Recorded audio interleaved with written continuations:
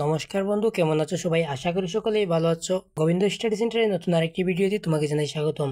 আজকের ভিডিওতে আমি দেখাবো নবম ও দশম শ্রেণীর অনুশীলনী 13.1 17 এবং 18 নম্বর প্রশ্নের সমাধান। খুব সহজে তুমি এই প্রশ্নগুলো সমাধান করতে পারবে, সেই টেকনিকগুলো আজকের ভিডিওতে আমি আলোচনা করব। তো চলো আমরা এখন অঙ্কটি শুরু করি।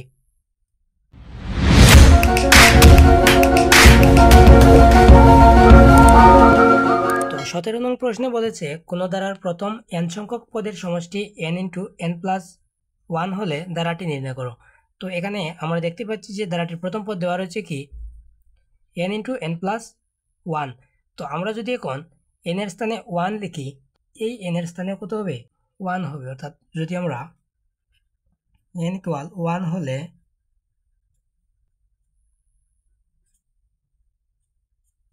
ধারাটির প্রথম পদ হবে 1 ইন্টু 1 প্লাস 1। তো এবার 1 কত হবে? 1 এর সাথে 1 কে গুণ করলে হয় 2 এবং 2 এর সাথে 1 কে গুণ করলে হয় এরকম যে 1 ইন্টু 2। তো মান হবে 2। তো এটি হচ্ছে আমাদের প্রথম পদ বা একটি পদের সমষ্টি। এবার যদি n এর মান আমি 2 ধরি, যে n ইকুয়াল 2 হলে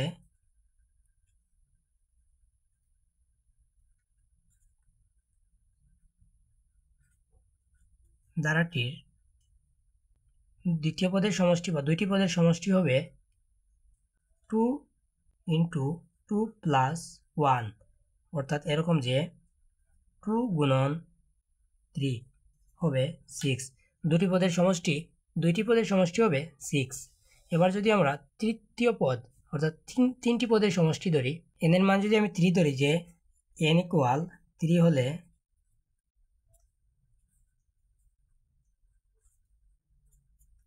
ধারাটির তৃতীয় পদের সমষ্টি বা তিনটি পদের সমষ্টি হবে 3 ইন্টু 3 প্লাস 1। মান হবে 3 গুণন 3 এবং 1কে যোগ করে দিলে হয় 4।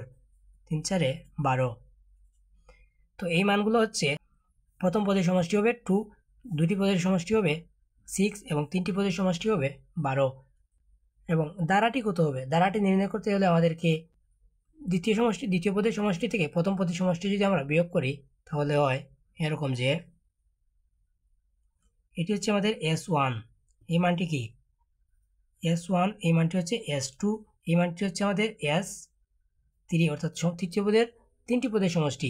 আমরা যদি দ্বিতীয় পদ থেকে দুটি পদের সমষ্টি থেকে প্রথমে একটি পদের সমষ্টি বিয়োগ করে দিই, তাহলে কি মান দাঁড়ায় দেখি। তো আমরা ধারাটি দ্বিতীয় পদ নির্ণয় করতে হলে এরকম নির্ণয় করতে পারি যে S2 মাইনাস S1।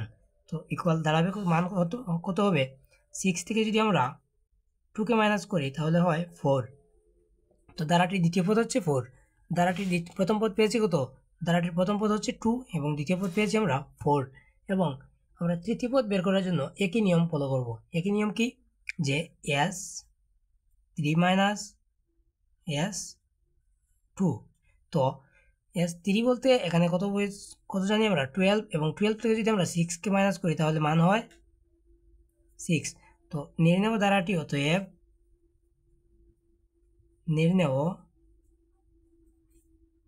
ধারাটি 2 প্লাস 4 প্লাস 6 ... আশা করি তুমি অঙ্কটি খুব সহজেই বুঝতে পেরেছ। তো চলো এখন আমরা এই 18 নম্বর প্রশ্নটি দেখে নেই। তো 18 নম্বর প্রশ্নে বলেছে কি, দেখো তো, কোন ধারার প্রথম n সংখ্যক পদের সমষ্টি n ইন্টু n প্লাস ধারাটির 10টি পদের সমষ্টি কত? এখানে দেখো তো, প্রথম n সংখ্যক পদের সমষ্টি বলে দিয়েছে যে n ইন্টু n প্লাস 1। এই সূত্রটি আসলে আমরা কোন পদ্ধতির সূত্র জানি? স্বাভাবিক সংখ্যার সমষ্টি নির্ণয় করার জন্য এই সূত্রটি আমরা ব্যবহার করে থাকি। এটি অবশ্যই তুমি মেনে নিয়েছো যদি আমার পূর্বের ভিডিওগুলো তুমি দেখে থাকো। তো এখানে বলেছে ধারাটির 10টি পদের সমষ্টি কত? আমরা 10টি পদের সমষ্টি খুব সহজে নির্ণয় করতে পারি। যে দেওয়া রয়েছে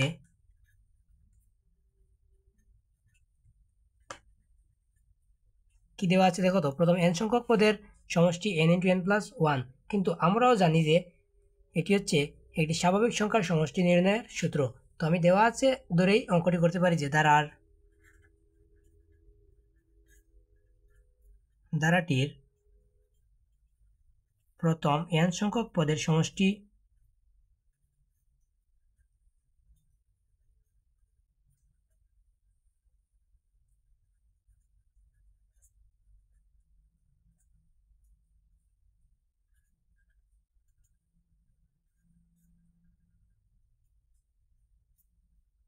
S N equal N into N plus one, এটি আসলে এখানে দেওয়াই ছিল, প্রশ্নে দেওয়া রয়েছে যে কি N into N plus one. এবার শুধু আমাদের এই এনের স্থানে আমাদের টেনকে বসাতে হবে। কি বসাতে হবে? টেনকে বসাতে, অর্থাৎ এরকম যে ধারাটির এনতম পদের সমষ্টি যদি এটি হয় তাহলে 10টি পদের সমষ্টি হবে S ten equal ten into ten plus one, অর্থাৎ 10 ইন্টু 11, 10 ইন্টু 11, তো মান কত হবে?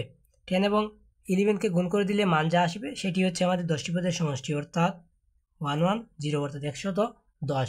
এটি হচ্ছে আমাদের নির্ণয় আনসার। এটি খুব সহজেই আমরা নির্ণয় করতে পারি। তো আমি এখন লিখে দিতে পারি যে অতএব ধারাটির 10টি পদের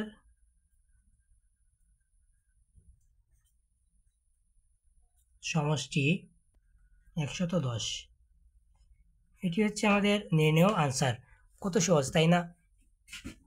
এই নিয়মটি ফলো করলে তুমি খুব সহজেই এরকম প্রশ্নের সমাধান করতে পারবে। তো এই ছিল আজকের ভিডিওটি কেমন হয়েছে অবশ্যই বলতে ভুলবে না, এবং যদি ভালো লেগে থাকে তাহলে অবশ্যই ভিডিওটি একটি লাইক দিয়ে চ্যানেলটি সাবস্ক্রাইব করার অনুরোধ থাকবে। ধন্যবাদ।